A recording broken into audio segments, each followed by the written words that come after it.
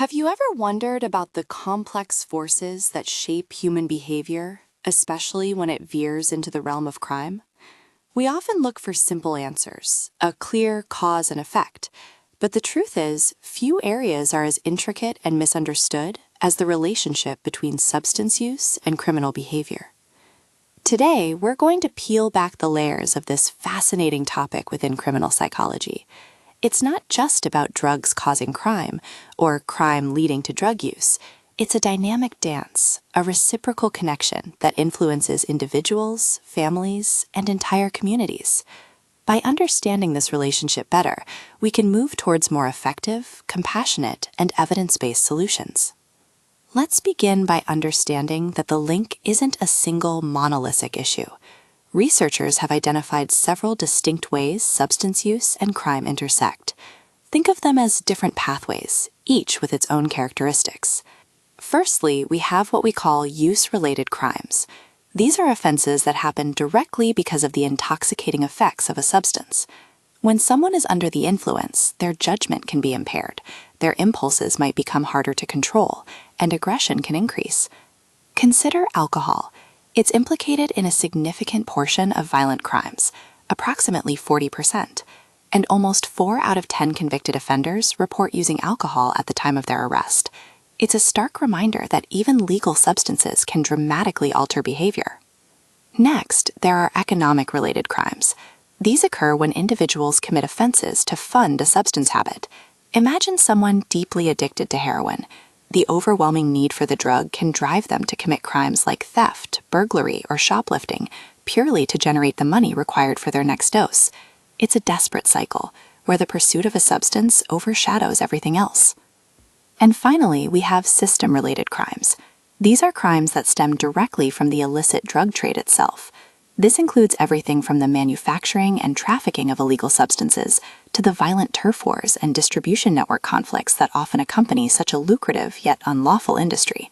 These crimes aren't about the effects of the drug on the user, but about the systemic criminality built around its supply. Now, understanding how these connections form is crucial. It's not a simple one-way street, which leads us to the classic chicken or egg debate.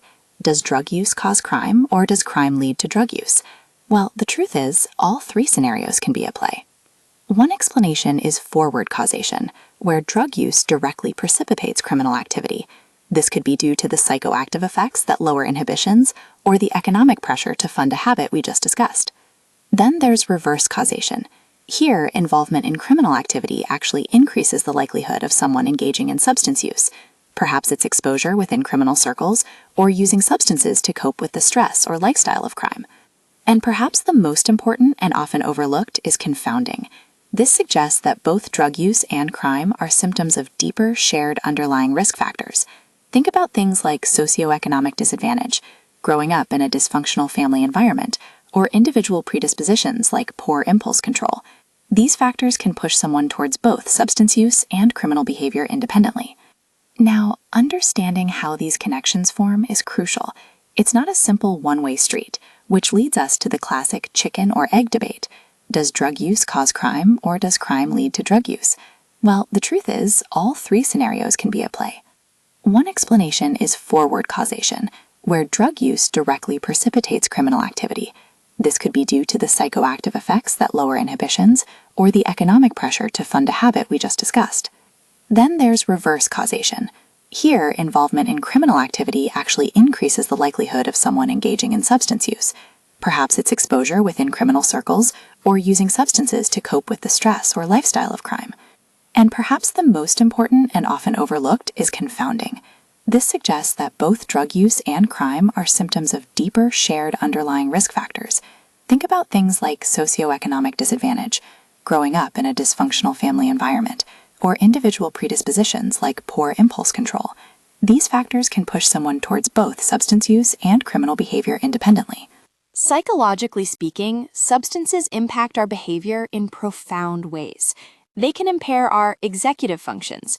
That's our brain's control center for planning, decision-making, and impulse control. When these functions are compromised, it's harder to make good choices or resist immediate urges. Substances can also lead to emotional dysregulation. People might use them to numb painful emotions, creating a vicious cycle. And our thought patterns can become distorted, making it easier to minimize the consequences of our actions. We also know that certain personality traits, like impulsivity or neuroticism, are often higher in individuals struggling with both substance abuse and criminal behavior. This topic isn't just academic, it's incredibly relevant today. We see constant debates around drug policies, the persistent challenge of people reoffending after release, and a growing public conversation about social justice and health-oriented approaches to addiction. The war on drugs, for example, has spurred calls for significant reform, highlighting the ongoing need for strategies that address both public safety and public health.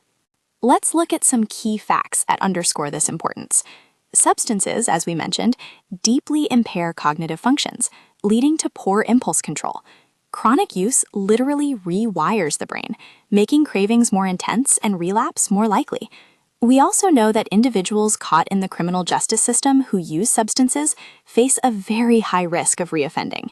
Simply incarcerating them, while necessary in some cases, often does little to reduce their substance use or future criminal behavior. However, there's a powerful counterpoint. Treatment works. Programs integrated within the criminal justice system are consistently shown to be more effective and cost-effective in reducing both drug use and recidivism, compared to purely punitive measures. This is a critical insight for how we approach this challenge. Now, let's address some of the primary controversies and debates in this field. As we discussed, the chicken or egg debate about causality is a big one. It challenges the simplistic idea that addiction is always the sole cause of crime, reminding us that there's a complex interplay of factors at work. Another significant debate centers on the effectiveness of punitive measures versus treatment-oriented approaches. The evidence overwhelmingly advocates for health-based treatment and rehabilitation programs over traditional incarceration.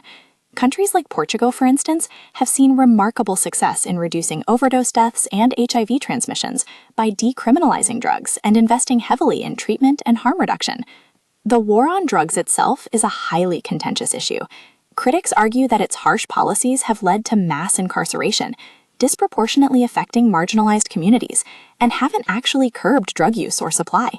This leads to crucial discussions about drug policy reform, including decriminalization and a shift toward strategies that focus on reducing harm rather than solely punishing. And we cannot ignore the disparities and discrimination in enforcement. It's a major public concern that drug laws are often applied unequally, with racial and ethnic minorities and poorer populations being targeted and incarcerated at much higher rates, despite similar rates of drug use across demographics.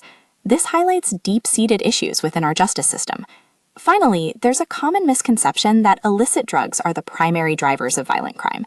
However, studies consistently show that alcohol is a factor in a higher percentage of violent crimes than all illicit drugs combined. This often underestimated role of alcohol needs to be acknowledged and understood to create more informed public health and safety policies. We can also anticipate a continued advocacy in how we understand and address the substance use crime nexus.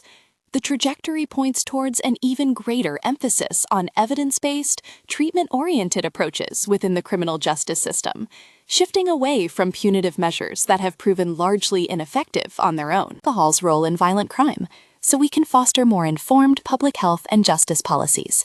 By understanding the intricate connections between substance use and crime, we can work towards a future where compassion, evidence, and effective solutions pave the way for safer, healthier communities.